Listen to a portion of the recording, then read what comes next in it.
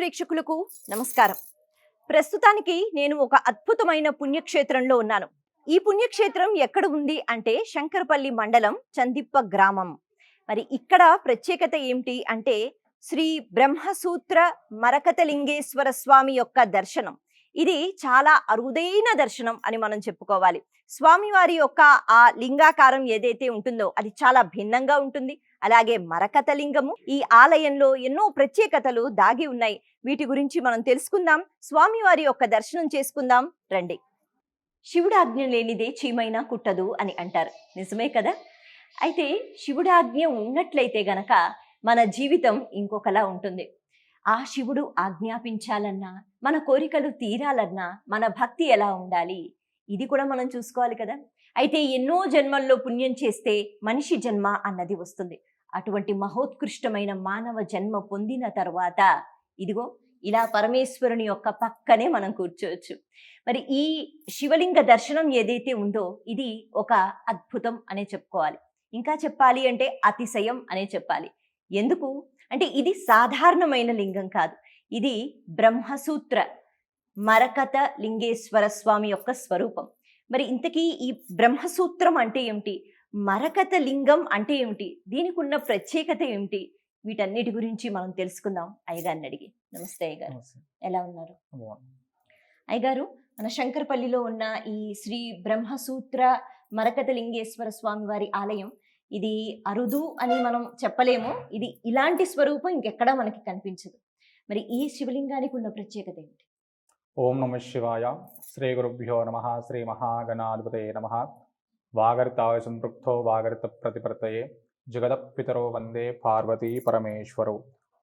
ఈ యొక్క క్షేత్రం తెలంగాణలోని రంగారెడ్డి జిల్లా శంకరపల్లి మండల్ చందిప్ప గ్రామంలో ఈ క్షేత్రం వెలువడడం జరిగింది.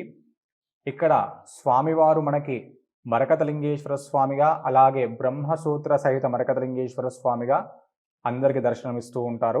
ఈ యొక్క క్షేత్ర వైభవం ఏమిటంటే, ఇక్కడ 11వ శతాబ్దంలో చాళుక్య రాజులు తమ యొక్క రాజ్యాన్ని సిరి సంపదలో, పాడి పంటలతో, అలాగే ఎలాంటి శత్రువులతోని కూడా తమ రాజ్యానికి ఏమి కాకుండా ఎలా అయితే స్వామివారిని సేవించుకుంటూ స్వామివారి అనుగ్రహంతో వాళ్ళ రాజ్యం ఎట్లా అయితే శస్యశ్యామలంగా రూపుదిద్దుకుందో, అలాగే ఈ స్వామివారిని ఎవరైతే కొలుస్తారో వారి ఇంట ఎలాంటి సమస్యలు ఉన్నా కానీ ఆ స్వామివారు దగ్గరుండి మరి ఆ సమస్యలన్నీ కూడా తీరుస్తారనమాట.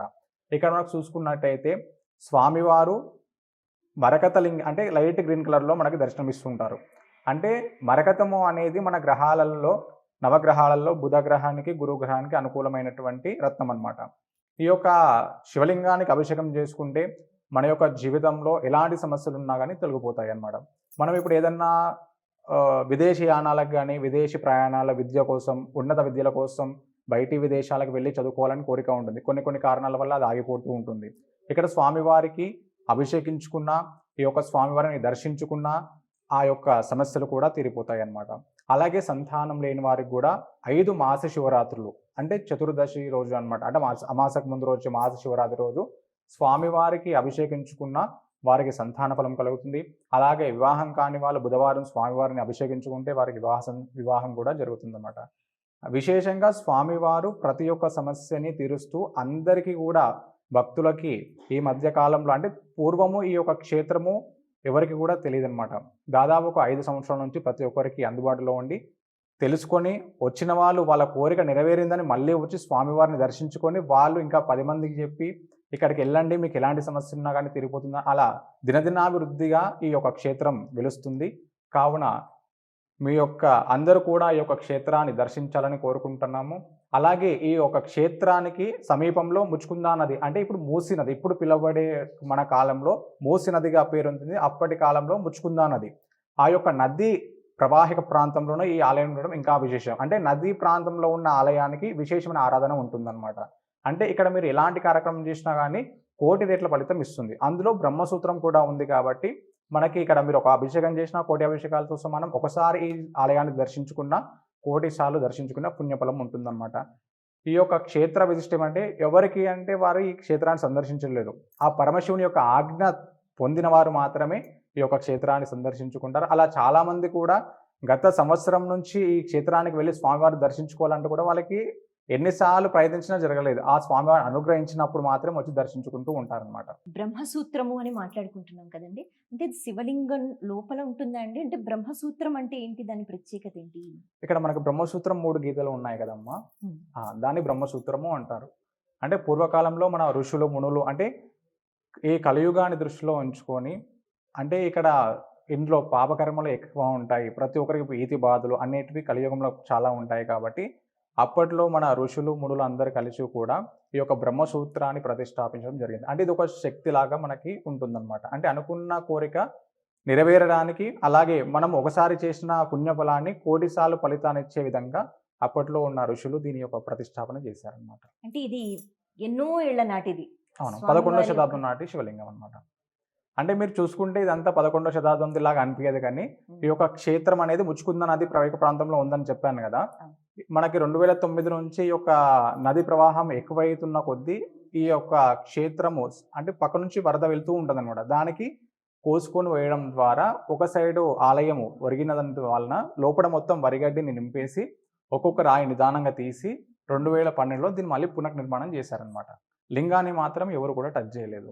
అంటే ఆ స్వామివారి యొక్క శక్తి అలాగే ఉండాలని చెప్పి ఎంతోమంది స్థపతులు ఈ యొక్క క్షేత్రాన్ని సందర్శించి మీరు చుట్టుప్రక్కల ఇలాంటి అభివృద్ధి చేసుకోండి కానీ శివలింగాన్ని మాత్రం కదిలించకండి అని చెప్పారు. అంటే ఇప్పుడు కదిలిస్తే ఈ యొక్క ప్రతిష్ట 1000 మంది బ్రాహ్మణులు కలిసినా కానీ ఈ యొక్క ప్రతిష్ట ఈ శక్తిని పెంపొందించలేరు. కాబట్టి మీరు ఈ శివలింగాన్ని టచ్ చేయకుండా చుట్టుపక్కల అభివృద్ధి చేసుకోమని చెప్పారు. అందుకనే మొత్తం ఇలాంటి లింగానికి ఎలాంటి ఆటంకం కలగకుండా మొత్తం వరిగడ్డితో నింపి ఒక్కొక్క రాయిని తీసి నిదానంగా గ్రామస్తులు అందరూ కూడా దగ్గరుండి మరి ఈ యొక్క పరిరక్షణలో ఈ యొక్క ఆలయ పునర్నిర్మాణం అయింది. అలాగే ఈ యొక్క ఆలయాన్ని 2012లో వీడియోరావు శంకర్పల్లి ఆయన దీన్ని ప్రతిష్ట మళ్ళీ పునర్నిర్మాణం చేయడం జరిగిందన్నమాట.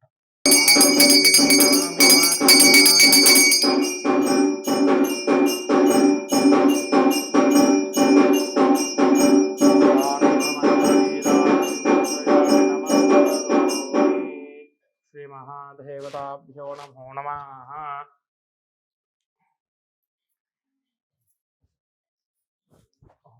సాధారణంగా శివలింగం కింద ఉన్న ఆ పవిత్రమైన స్థలం ఏదైతే ఉందో దాన్ని పానవట్టం అంటాం కదా. మరి అది ఎక్కడ లభిస్తుంది అంటే శివలింగం ఎక్కడ ఉంటుందో అక్కడే పానవట్టం కూడా ఉంటుంది. కానీ ఈ ఆలయానికి ఎన్నో ప్రత్యేకతలు ఉన్నాయి కదా. అందులో ఇంకొక ప్రత్యేకత ఏంటి అంటే ఇక్కడ తవ్వకాలు జరిగినప్పుడు అంటే మరొక్కసారి పునర్నిర్మాణం అన్నది చేస్తున్నప్పుడు పానవట్టములు కూడా దొరికాయట. అలా దొరికిన ఒక పానవట్టం ఇదిగో ఇక్కడ మనం చూస్తున్నాం. మరి ఇంతకీ అలా ఎందుకు దొరికాయి? వచ్చిన తర్వాత అంటే అవి లభించిన తర్వాత ఏం చేశారు? దీని గురించి కూడా అయ్యగారిని అడిగి మనం తెలుసుకుందాం. అయ్యగారు, ఈ పానవట్టం గురించి ఇక్కడ చాలా కథలు చెప్తున్నారు. మరి దీని ప్రత్యేకత ఏంటి?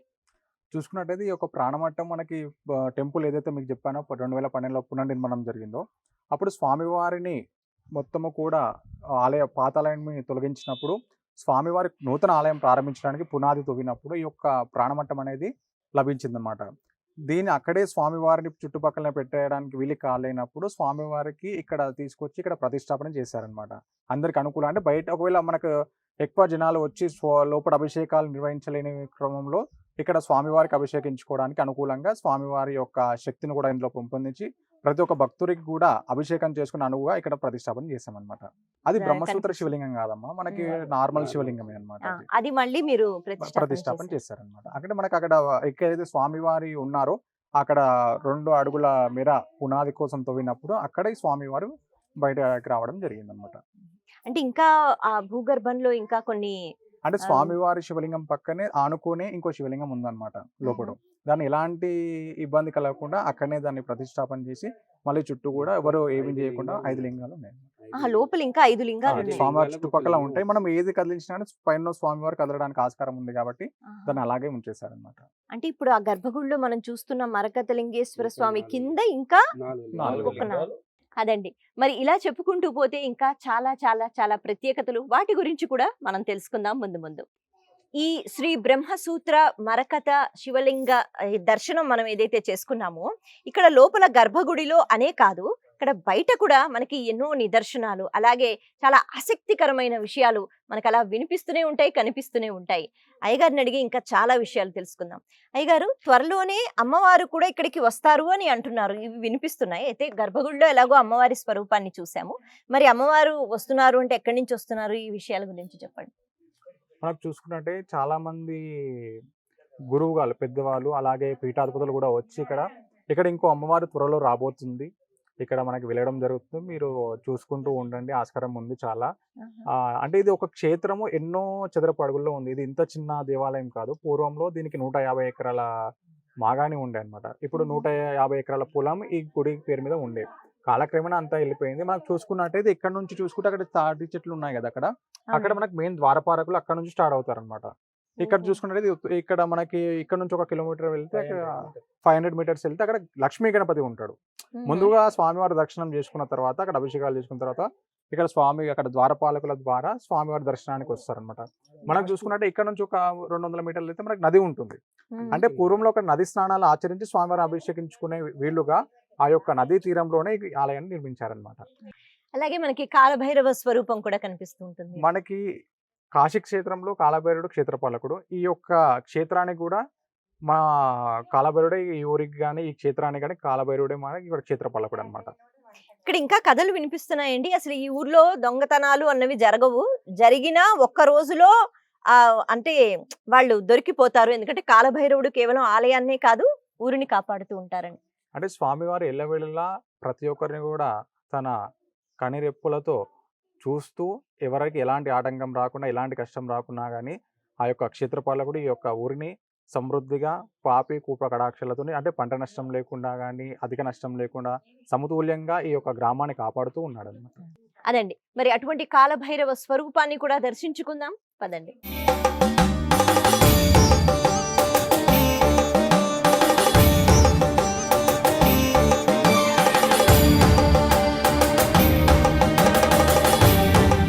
శ్రీ బ్రహ్మసూత్ర మరకతలింగేశ్వర స్వామి వారి దేవస్థానం శంకర్పల్లి. ఇక్కడ అడుగడుగున ఎన్నో ప్రత్యేకతలు, ఆసక్తికరమైన విషయాలు. ఎక్కడైతే ఇప్పుడు మనం ఉన్నామో ఇక్కడ కాలభైరవుడు. ఈ కాలభైరవుడు అయ్యగారు చెప్పినట్టుగా కేవలం ఈ ఆలయం మాత్రమే కాదు, ఇక్కడున్న ప్రజలందరినీ, ఇక్కడికి వచ్చిన వాళ్ళందరినీ, అలాగే ఎవరికి ఏ కష్టం వచ్చినా ఈ ఊరిని, ఈ ప్రదేశం అంతా ఎప్పుడు ఇక్కడ ప్రకృతి చల్లగా ఉండాలని, నేల అంతా సుభిక్షంగా ఉండాలని స్వామి ఎప్పుడు ఆరాటపడుతూ ఉంటారట. కాబట్టి ఆయనకైతే విశ్రాంతి లేదు, నిరంతరం కాపలా కాస్తూనే ఉంటారు. మరి స్వామి యొక్క ఈ స్వరూపము అంటే కాశీలోనే మాత్రమే అన్నట్టుగా కాకుండా కొద్దిగా అరుదుగా మనకి కాలభైరవ స్వరూపం కనిపిస్తూ ఉంటుంది.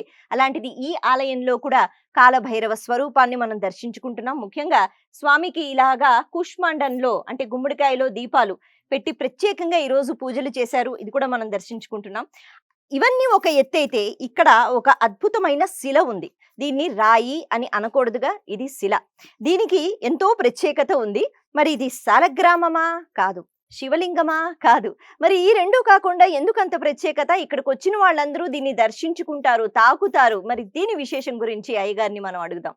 అయ్యగారు, ఈ రాయి గురించి, మరి ఈ శిల గురించి చాలా మంది చెప్తూ ఉంటారు. దీని కథ ఏంటి? ఓం నమః శివాయ.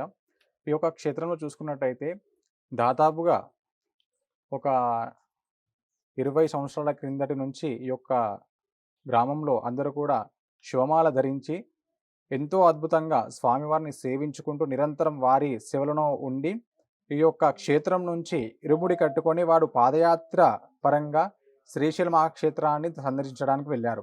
ఆ క్రమంలో అక్కడ వారికి మనకి క్షేత్రం ఏదైతే శ్రీశైల క్షేత్రం ఉందో అక్కడ మనకి చూసుకున్నట్టయితే స్వామివారి ఆలయానికి వెళుతున్నప్పుడు ఇటు అష్టాదశ లింగాలు ఉంటాయన్నమాట. మనము కృష్ణదేవరాయల రూపం ముందల మనకి శివలింగాలు ఉంటాయన్నమాట.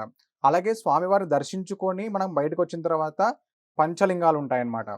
ఆ పంచలింగాల తర్వాత మనకి వెనక నవలింగాలు ఉంటాయి.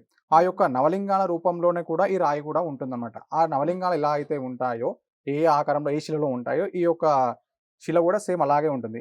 ఈ యొక్క శివస్వాములు ఎప్పుడైతే శ్రీశైల క్షేత్రానికి వెళ్ళారో అక్కడ వారికి శ్రీశైల మహాక్షేత్రంలో ఈ రాయిని తీసుకొని వచ్చారనమాట. ఆలయ ప్రాంగణం నుంచి తీసుకొచ్చారు. అక్కడ నుంచి అంటే వాళ్ళు పాదలంగలో స్నానం చేస్తున్న ఉన్నప్పుడు వారికి రాయి శివలింగంగా కనిపిస్తే దాన్ని తీసుకొచ్చి ఇక్కడ స్వామివారి ముందనే పెట్టి ఎన్నో విధాలుగా అభిషేకాలు పూజలు చేస్తూ ఉన్నారనమాట. కాలక్రమేణా 2022 సంవత్సరంలో ఒక భక్తుడు అది కోరికలు తీర్చే రాయిగా ఒక శిలగా భావించి దానిపైన చేయి పెట్టి తన కోరికను కోరుకున్నాడు అనమాట. అది కొంచెం తిరిగిందనమాట. తిరిగిన తర్వాత ఆ భక్తుడు ఎవరైతే ఉన్నాడో ఆయన ఒక నెల తర్వాత వచ్చి ఈ రాయి వల్ల నా కోరిక నెరవేరింది, ఈ శిల వల్ల నా కోరిక నెరవేరింది అని చెప్పి ఈ శిల గురించి ఒక యూట్యూబ్ ఛానల్లో తీసుకొని వెళ్ళి అందులో ప్రతిష్టాపన చేసిన తర్వాత అందులో ఎప్పుడైతే అప్లోడ్ చేస్తారో అది అందరూ చూసి విశేషంగా భక్తులు రావడం, ఆ రాయిని ఆ శిల పైన చేతులు బట్టి వారి కోరిక చెప్పుకోవడం, నెరవేరిన తర్వాత మళ్ళీ రావడం, ఇంకా 10 మందికి చెప్పడం అలా జరుగుతుంది అన్నమాట. అంటే కాలభైరవుడు స్వయంగా ఆ శిలకి శక్తినిచ్చి వారి కోరికలను ఆ రాయి రూపంలో తీరుస్తున్నాడు అనమాట. ఇక్కడ ఇంకొకటి మనకి కనిపిస్తుందండి, పాత శిల అన్నది, దాని మీద ఒక లిపి మనకి కూడా. 11వ శతాబ్దంలో చాళుక్య రాజులు ఈ యొక్క క్షేత్రానికి ఏ సంవత్సరంలో కట్టారు, ఈ క్షేత్రానికి ఎటువైపులా ఎంత భూమిని ఈ క్షేత్రానికి సమకూర్చారు అనే విధంగా మొత్తం కూడా ఈ శిలాశాస్త్రంలో ఉంటుంది. అది దేవలిపి అంటారు దాన్ని. అంటే మనకి చూసుకున్నట్టయితే ఈ యొక్క క్షేత్రం ఏ సంవత్సరంలో కట్టింది, ఈ యొక్క క్షేత్రానికి ఎన్ని మార్గాలు ఉన్నాయి, ఎన్ని ద్వారాలు ఉన్నాయి అని కూడా మొత్తం అందులోనే ఉంది. ఇది ఆస్ట్రాలజీ వాళ్ళు వచ్చి మొత్తం కూడా దాన్ని అచ్చు తీసుకొని వెళ్ళి మొత్తం మనకి ఒక పాంప్లెంట్ రూపంలో మనకి అందించడం జరిగిందనమాట. అలాగే ఈ నందీశ్వరుడికి కూడా ఒక ప్రత్యేకత ఉంది అని విన్నాను. అంటే ఇక్కడ నందీశ్వరుడు అక్కడ ఉండే అనమాట, స్వామివారు ఎదురుగా మెయిన్ నందీశ్వరుడు ఇదనమాట. దీని కింద నిధులు ఉన్నాయి అవి ఉన్నాయని చెప్పి ఒక అపోహతోని స్వామివారిని కదిలించడం, ఆ చెవులనేవి భిన్నం చేయడం అన్ని విధాలు చేశారు కాబట్టి అక్కడ నుంచి వచ్చి ఇక్కడ ప్రతిష్టాపన అయిపోయాడు అనమాట. అంటే కాలభైరవుడన్నా ఈశ్వరుడన్నా ఒకటే కాబట్టి ఇక్కడ చూస్తాం. అయితే ఇప్పుడు మనకి అక్కడ కూడా ఇంకొక నందీశ్వరుడు ఉన్నారు, అది తర్వాత 2012లో ప్రతిష్టాపన గుడి పునర్నిర్మాణంలో ప్రతిష్టాపించినటువంటి. మనకు చూసుకున్నట్టు ఈ ఆలయ క్షేత్రాన్ని సర్పం అంటే మన సుబ్రహ్మణ్యేశ్వర స్వామి కాపలా కాస్తూ ఉంటాడు అనమాట నాగరూపంలో. అంటే ఇక్కడ సర్పాలు కనిపిస్తూ ఉంటాయి మనకి. శ్వేత నాగులాగా తెల్ల పాము కూడా ఇక్కడ సంచరిస్తూ ఉంది. అది గ్రామస్తులు ఎన్నోసార్లు చూడడం జరిగింది. ఇక్కడ మనకి సుబ్రహ్మణ్యేశ్వర స్వామి రూపంలో కూడా ఈ ఆలయాన్ని సందర్శించి ఉంటారు అనమాట. ఒకానొక సమయంలో ఇక్కడ పెద్ద పుట్ట, అంటే ఎక్కువగా పుట్టలు ఉండేవి అని అంటున్నారు. ఇక్కడే ఉండే స్వామివారి పక్కనే ఇక్కడ మనకి పాత గుడి ఉన్నప్పుడు మనకి ఇక్కడే సుబ్రహ్మణ్యేశ్వర స్వామి పుట్ట కూడా ఉండే అనమాట. అక్కడ మనకి వెనకాల సుబ్రహ్మణ్యేశ్వర స్వామి ప్రతిష్టాపన చేసి ఉంటారు అక్కడ అన్నమాట. అదండి, మరి ఇలా వింటూ ఉంటే ఇంకా వినాలనే అనిపిస్తుంది. అయితే మనసులో ధార్మికమైన కోరిక ఉంటే ఖచ్చితంగా స్వామివారు తీరుస్తారు కదా. స్వామివారికి ఆ శక్తి ఉంటుంది కాబట్టి ఆ నమ్మకం ప్రధానం. మనలో పుట్టే కోరిక కూడా అది ధార్మికంగా ఉంటే భగవంతుడు ఖచ్చితంగా తీరుస్తాడు. కానీ ఇక్కడ ఈ శిలకి మొక్కుకుంటూ, అంతే కదా, మనుషులం, మనకి కష్టాలు నష్టాలు వస్తూనే ఉంటాయి. మరి స్వామి మా బాధల్ని తీర్చు అని చక్కగా భక్తి శ్రద్ధలతో ఈ శిలను అలా చక్కగా పవిత్రంగా ముట్టుకుని స్వామి వారిని వేడుకున్న తర్వాత, స్వామి వాళ్ళని చల్లగా చూసిన తర్వాత ఎంతో కృతజ్ఞతా భావనతో భక్తులందరూ మళ్ళీ వచ్చి ఇక్కడికి మొక్కుకోవడం విశేషం. ఇలా ఎన్నో అద్భుతాలు ఇక్కడ మనకి కనిపిస్తూ ఉంటాయి, వినిపిస్తూ ఉంటాయి. అటువంటి అద్భుతమైన క్షేత్ర దర్శనం మనం చేసుకుంటున్నాం. శ్రీచక్ర దర్శనం ఆరాధన ఎన్నో చక్కని శుభ ఫలితాలని ఇస్తుంది, మనందరికీ తెలుసు. అయితే ఈ శ్రీచక్ర దర్శనము అందరం నేరుగా చేసుకోగలుగుతామా, పూజలు చేసుకోగలుగుతామా అంటే బహుశా లేదు. ఎందుకు అంటే దానికి సంబంధించిన పద్ధతులు అవి చాలా ప్రత్యేకంగా పవిత్రంగా చెయ్యగలగాలి. అయితే ఈ ఆలయంలో శ్రీచక్రం అన్నది ఇప్పుడు మనం ఎక్కడైతే ఈ స్థలం చూస్తున్నామో దీని కింద ప్రతిష్టాపన చేశారు. కాబట్టి భక్తులందరికీ చాలా తేలికగా, అంటే వచ్చిన వాళ్ళందరూ మళ్ళీ గర్భగుడిలోకి వెళ్ళి అక్కడ ప్రత్యేకంగా దర్శించుకోవాలి అని కాకుండా ఇక్కడే మనకి బయట ఈ శ్రీచక్రం ఇది కనిపిస్తుంది.